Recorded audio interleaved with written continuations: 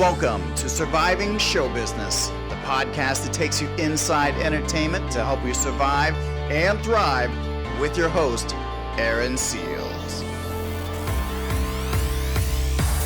Surviving Show Business is sponsored by nycastings.com, the place where stars are born. Actors, models, dancers, and singers can join and get casting notices sent to your phone every day. Welcome, folks. Today's show is all about the theater. And musical theater, to be more specific. And joining us is Bruno. And he is an actor who's recently come off the Book of Mormon on Broadway. And I want to know what it takes to be a Broadway actor. So welcome, JR. Hi, thanks for having me. Tell me what it takes to be a Broadway actor. Oh, gosh. just in general, right away. The detailed version, please. Yeah. I mean, Broadway's a little different than most things just because you're doing 8 shows a week, so stamina is probably a little more on the forefront of things you need to have. Yeah, because you only get 1 day off, usually, and doing the same show 8 times a week, that's hard on everything, literally every part of you. Okay, so now to get the gig, what kind of skill sets do we need? Yeah, so in the audition setting, I guess, for a musical, which is what I was doing, so you would have to go in, you would have to have a book of music that you sing. Sometimes they send you sides, things like scenes from the show or songs from the show. Sometimes they just ask you to sing a song that you're good at. Sometimes they say style of the show, sometimes they don't. I know for Book of Mormon, I think almost all of the LA company, which is the one I started in, we all, except for one of the Mormon boys, sang an 80s rock song. Wow. Which you wouldn't think, but we all knew that we sounded good on those songs.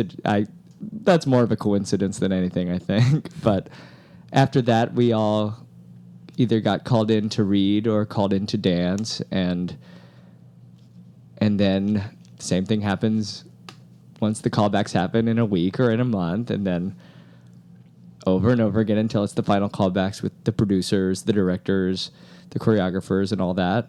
For a lot of people, that process took a long time. Like, I know people who are in the show now who auditioned for it for the first time 2 years ago, maybe. Wow. Yeah. Why would it take so long? They have to wait for other people to once a show contract? actually that gets going, yeah, that's essentially what you got to wait around for is there a part for me open? What was nice starting the company was they found a place for all of us. I think the cast is somewhere close to 50 people if you include the swings and the understudies and the standbys. So I remember they stood us in a chorus line at the end and just talked about us, not like out loud so we could hear, but it was just, I think, 16 of us just standing in a line while the producers and the director discussed us and like who looked good together, who they wanted, who they were rooting for, who they didn't want. I will never know what they were talking about, but it worked out in my favor, thank goodness. Wow. What is a swing? So a swing, it's a hard job. So depending on the show, a swing learns all the different tracks that they cover. For West Side Story, which was my first Broadway show, I covered 9 tracks. So I learned those 9 parts. That one was a little more focused on the dancing for West Side Story.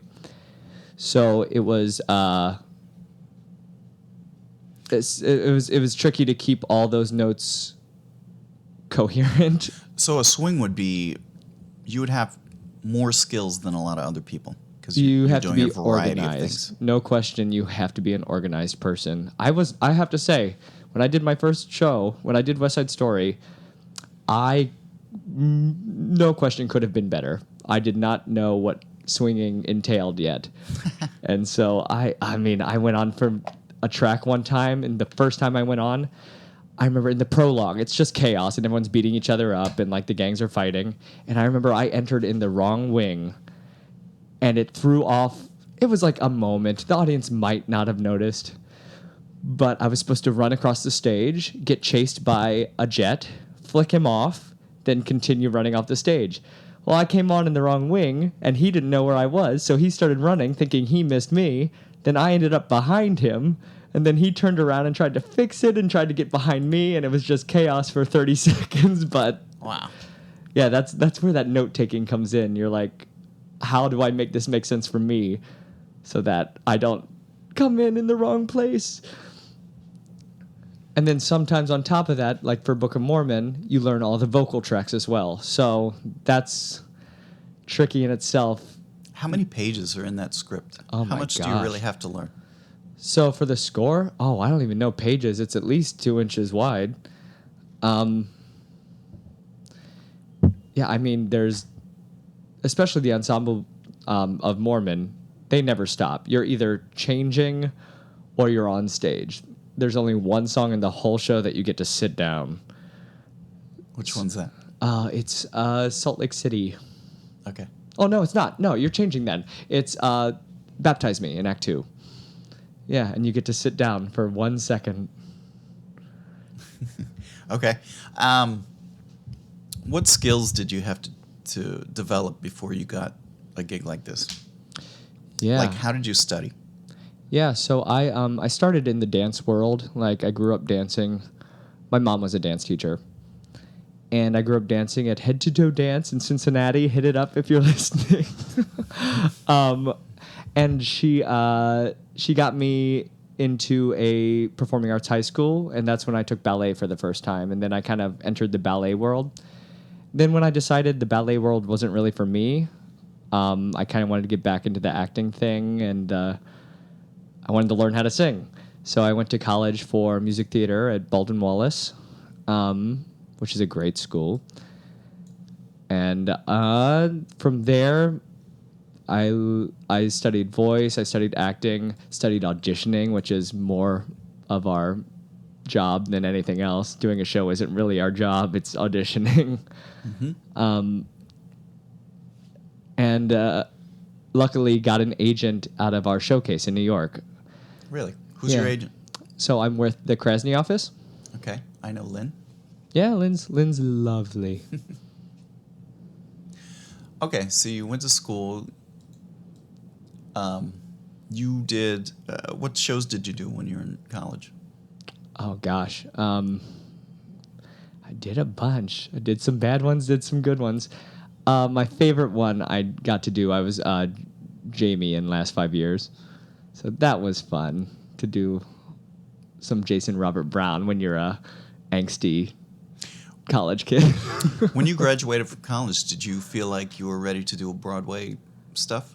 Oh, gosh. I mean, Was yes there- was the answer, I guess. Was there more to develop? Could you have been a better singer? Or could you have been... You could always be better. I always say it's not about how good you are.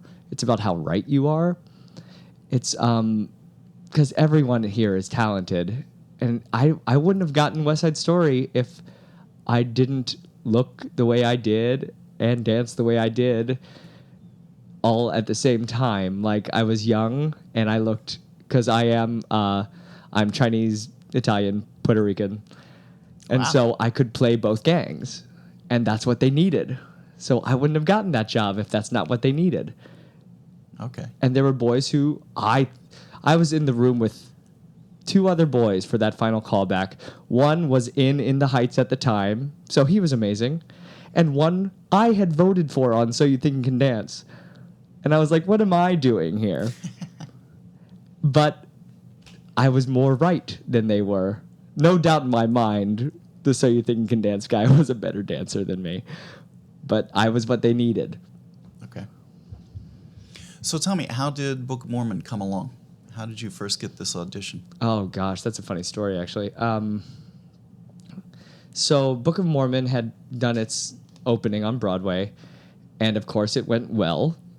So they started casting the tour. And that's the company I was auditioning for. And they went through rounds and rounds of auditions, and it was all very secret. Like, you couldn't even take the script home. Like, you would go in, get your script, your sides, and you would have to leave them there. You can mark them however you want, but you had to leave them there. You couldn't take them home with you. And I wasn't going in for it, and I understood why. I went and saw the show, and I loved it. I was like, well, I'll never be in this because I'm not blonde-haired, blue-eyed.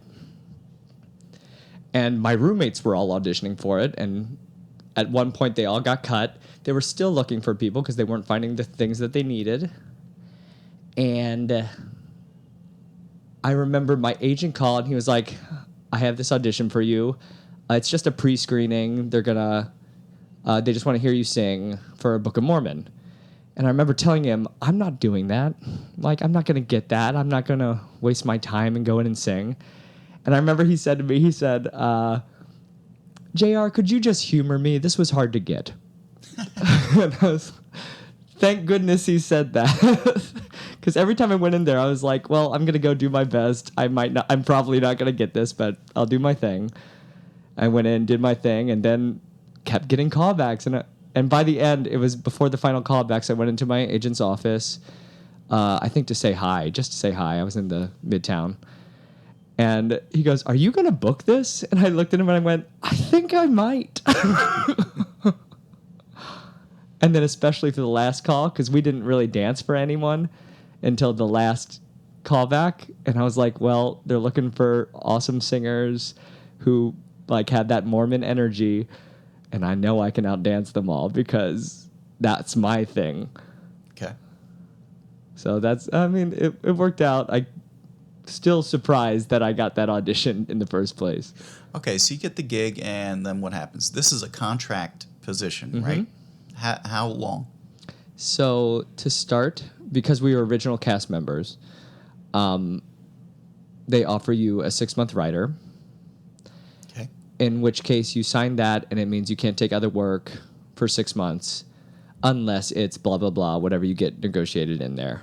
A lot of times for ensemble, inside that contract is like, if I get a principal part in another show, I can leave.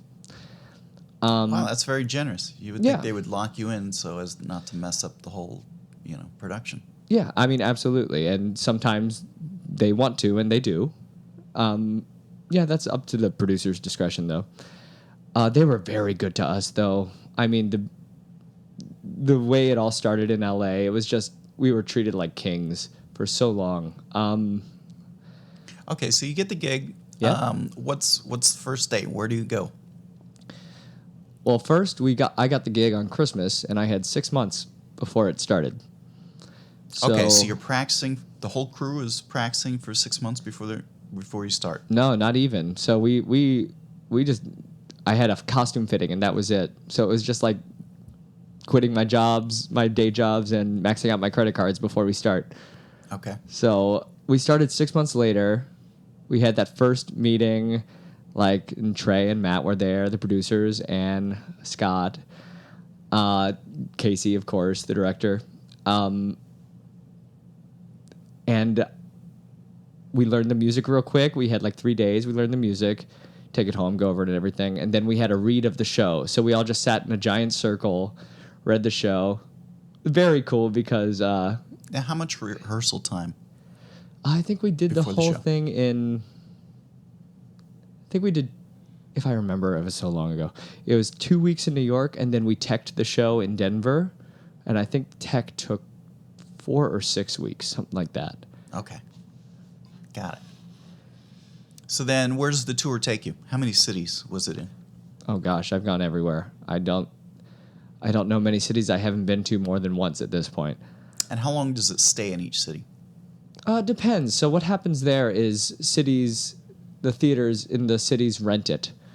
So they're like, we would like to buy the Book of Mormon show for this long. And especially in the beginning, because we were a hot commodity, they would be like, we'd like to buy you for 3 months. Mm-hmm. And so we went down, and we went to San Fran and sat down for 3 months. And then other cities would be like, we think we could sell out for 4 weeks. And they'd be like, well, we only have 2 weeks to give you, so we can go there for 2 weeks. And they'd be like, great, we'll take it. So it's really...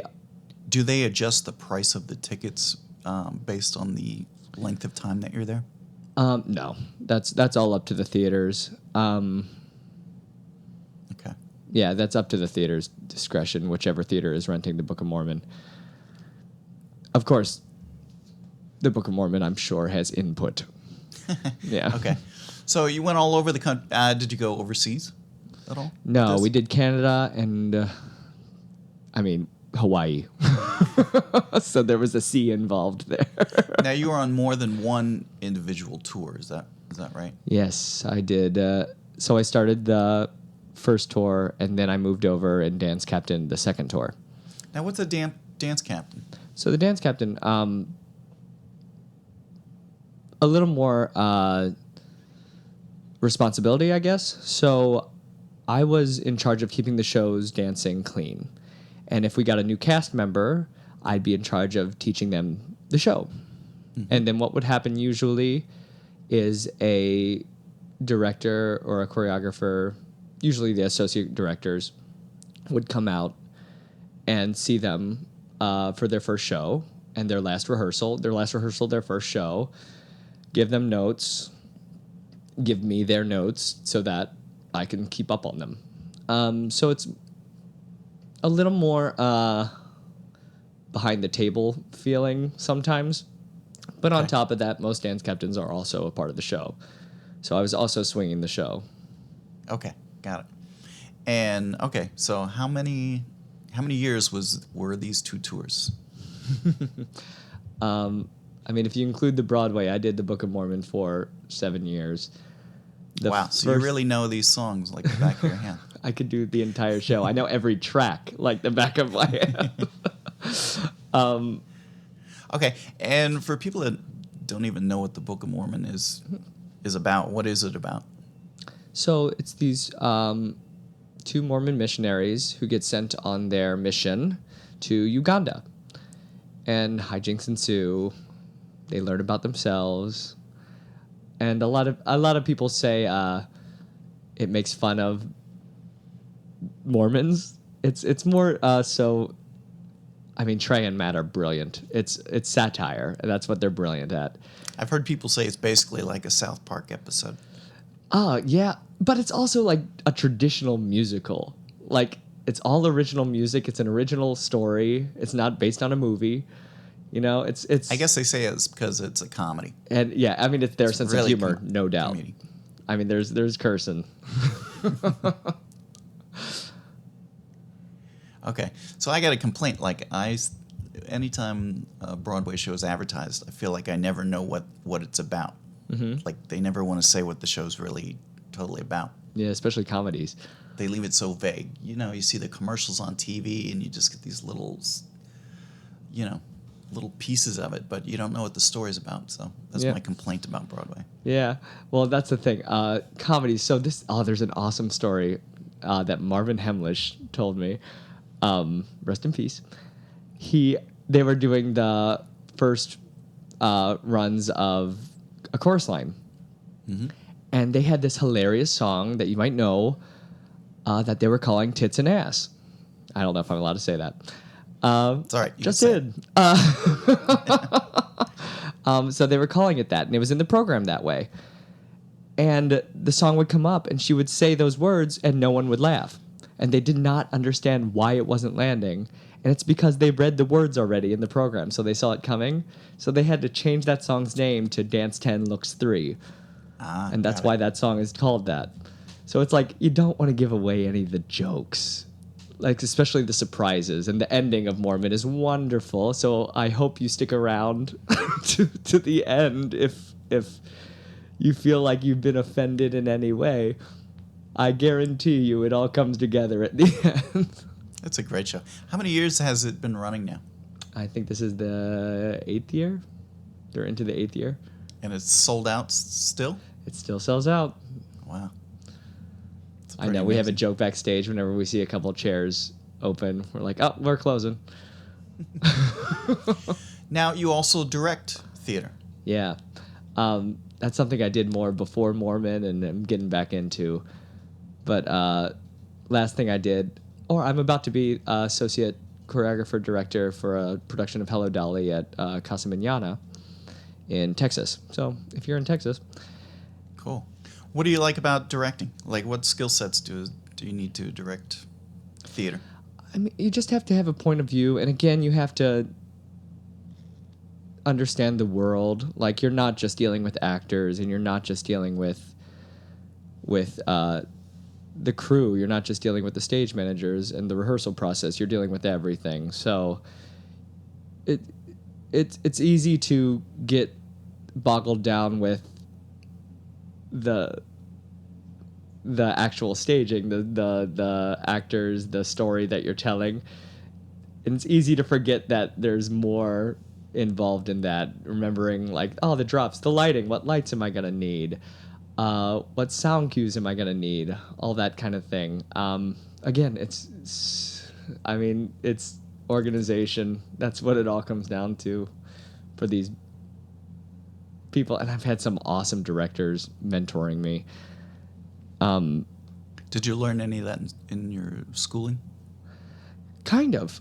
So I kind of got into choreographing things during school, and my first big choreography gig was actually someone I worked with at Baldwin Wallace. It was Victoria Bussert. She called me about choreographing Avenue Q over in Denmark. And so making that connection was great. And it was because I was choreographing people's like showcases and like numbers they were doing in their recitals and stuff. They would ask me to choreograph those kind of things. And then when I went over to Denmark, we got nominated for a Danish Tony, the Rumort, and we lost. Oh, bummer. I've gotten over it. But that kind of like kickstarted my confidence in that area, I guess. Mm-hmm. Getting back to the acting, what other shows have you been in? What have been your favorites? I mean, I'm a comedy kind of guy.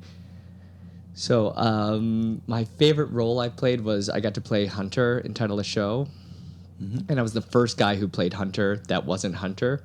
And it was before it even got nominated for the Tony. And so, like, in his Tony nomination speech, Hunter even gave me a little shout out. It was very sweet. And I was very young still, so it was like an awesome way to move to New York, to like be on Broadway, like websites and stuff, to have my name mentioned. Yeah, that was like an honor to like get to work with them. Hunter and Jeff came out and like worked with us for a little bit. What are other shows? Yeah, oh, okay. I loved doing Spelling Bee. I got to play Coney Bear.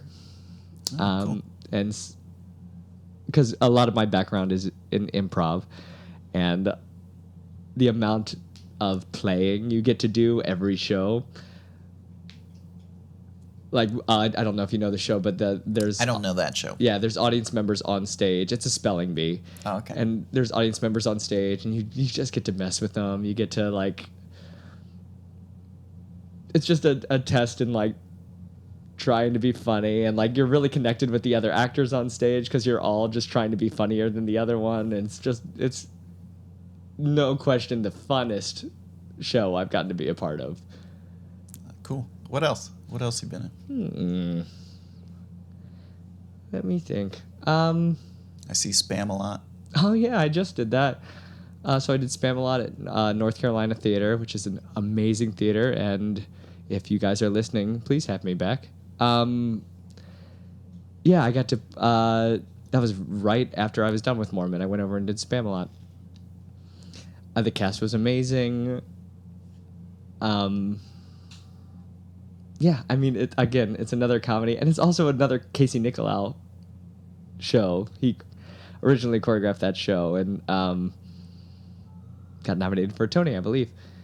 Cool. And so, I mean, his choreography is so, like, character-driven and fun and funny and smart. So that's always fun to do when the choreography is, like, good. You don't always do good shows. Okay, so now you've just ended with Book of Mormon. Yep. What do you do? What do you do to look for work these days? Yeah, so you get back into your stand-up thing. You get back into your improv world. You do stand-up? Yep. Here and there. What's your act like? I talk about my family, my love life. Speaking of, there's a YouTube series that's coming out soon called Cooking with Comedians, and I'll be the host of that. It's through nudimag.com. It's nudie like foodie, not like nude. So keep posted on that, and we'll have a new comedian every week, and we'll try and cook fun recipes. So something to check out. So you have a lot of diverse skills. Sing, dance, comedy. I try. I mean, I lots of people will say this. I'm not the only one who says this. People said it to me while I was in school. But if you're not working and people aren't paying you to do what you love to do, you're going to have to do it yourself. So it's like you got to come up with your own projects, or else you're going to end up, and I've done it before, doing a bunch of jobs that you don't love doing and forgetting what your goals were. And I've been there. And so you just kind of have to keep tuning up your craft. That sounds so pretentious. Yeah, but staying in tune with what your goal is. I'm making myself roll my eyes. So you teach acting also? Is that? Yeah, so I teach acting and I teach dance. Where at? So for dance, I teach at Dance Molinari and at Uptown Ballet. Dance Molinari, it's all those kids on Broadway who are amazing, who you're like, I wonder where they take dance class. It's at Dance Molinari. Cool. So I teach there, and I teach it for CoLab. It's actually an acting class for people with disabilities. Mm-hmm. CoLab, if you're looking for something to donate to, tax deductible, donate to CoLab. Look them up. They're wonderful. And that's kind of something I do just to remember that I'm not so self-involved. I do that to remember that I can give back in some way. So that's always nice. Cool. And tell me, how do you find auditions for theater? Like, I assume you want to be on another Broadway run of something? Yeah, that'd be nice. So what's involved in that? For a person that didn't know, yeah, or a person that wanted to become, a Broadway actor, how does one go about finding these jobs? Yeah, so I've been lucky enough to have an agent who gets me auditions. But on top of that, and I used to be better about it, not so good at it right now, but I stay on top of the Actors Equity website, mm-hmm. which posts the auditions coming up. If you're part of the union, you can sign up for them on the website. If you're not part of the union, you can show up in person, and if there's time, they'll get to you. And everything has to have an open call. Everything that auditions has to have an open call. Whether or not they're still looking for people or still looking for the part that you're right for, you never really know. That's just part of the game. How does one get to become an equity actor? So equity's a little different than when I joined. So either you join an equity show and they buy you your equity card, which happened with Mormon a lot because we got a lot of kids right out of school. Kids, I mean, they're adults. We got a lot of people right out of school who weren't equity. So Mormon would be like, great, now you're equity. Especially Broadway shows and Broadway tours, you have to be equity to be in them, so they'll do that for you. Other than that, you can earn weeks. So what happens is if you do a regional show at an equity theater and you're not an equity member, equity is our union, by the way, then you earn weeks. I'm not sure how many weeks it is now you have to have before you can join. Back in my day, I think it was 25. Weeks? So it's just week of work, per week of work. Okay. So if you do a regional show, I think the one I got my equity card for was A Christmas Carol at Cleveland Playhouse. And so I was just understudying, but because I was there and I was learning the show, those weeks counted toward my equity weeks. And I ended up buying my own equity card with my equity weeks right before I got West Side Story. So I was like, oh, I guess I could have just waited a week.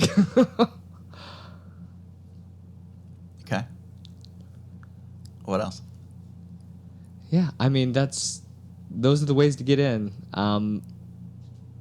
Do you do film and TV stuff? I would love to.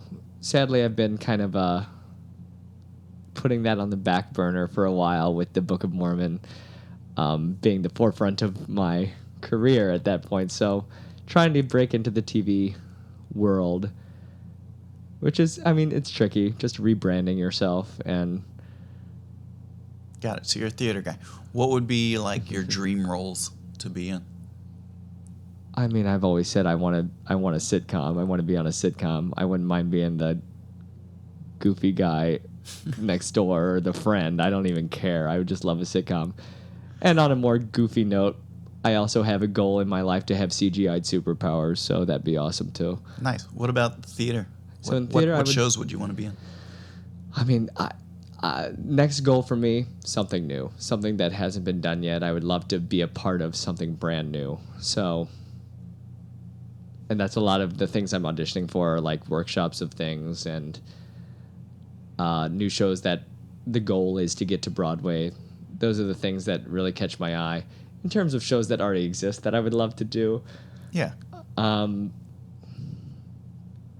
Gosh, I mean, there's not many I wouldn't want to do.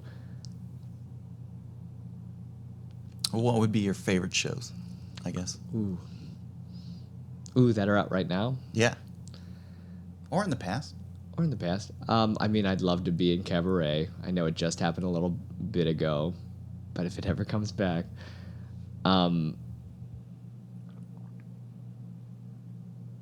Gosh, it's so funny. You would think I would have a quick answer to that. It's just like there's so many like filtering through my head right now. Okay, any of the great shows. So tell me, what advice would you give to a young person wanting to get into the musical theater world? Yeah. Oh, gosh. I get this question a lot. First off, this is going to sound pessimistic and awful, but if there's anything else you love doing, do that. If you have to be an actor, be an actor. But if you can do anything else, do that. It's a hard life. Other than that, just keep honing in on your specific skill set. So if you play piano, don't let that go. If you speak Spanish, don't let that go. If any of those things that may seem like they don't belong in the acting world, those are the things that are going to make you stand out. So while you're training, while you're doing your voice lessons, while you're doing your dancing classes, while you're taking ballet, don't forget like what it is that made you you. Don't feel like you're fitting into a mold. And it's so hard because you want to be marketable, and agents look for someone who they think can go into any show at any time. But really, if you want to like stand out, you have to be you. I wouldn't have gotten Book of Mormon if I didn't have this goofy grin. Like, it just wouldn't have happened. Okay, so what if a person's like younger? What if they live in the Midwest where you don't have a lot of these kinds of opportunities? Yeah, What would you do? That's where I'm from. Me too. Yeah. Like school plays? Yeah, I mean, if you love to do it, do it. What else you got? You might have church. Yeah, there's plays. community theaters. There's schools. There's performing arts schools all over.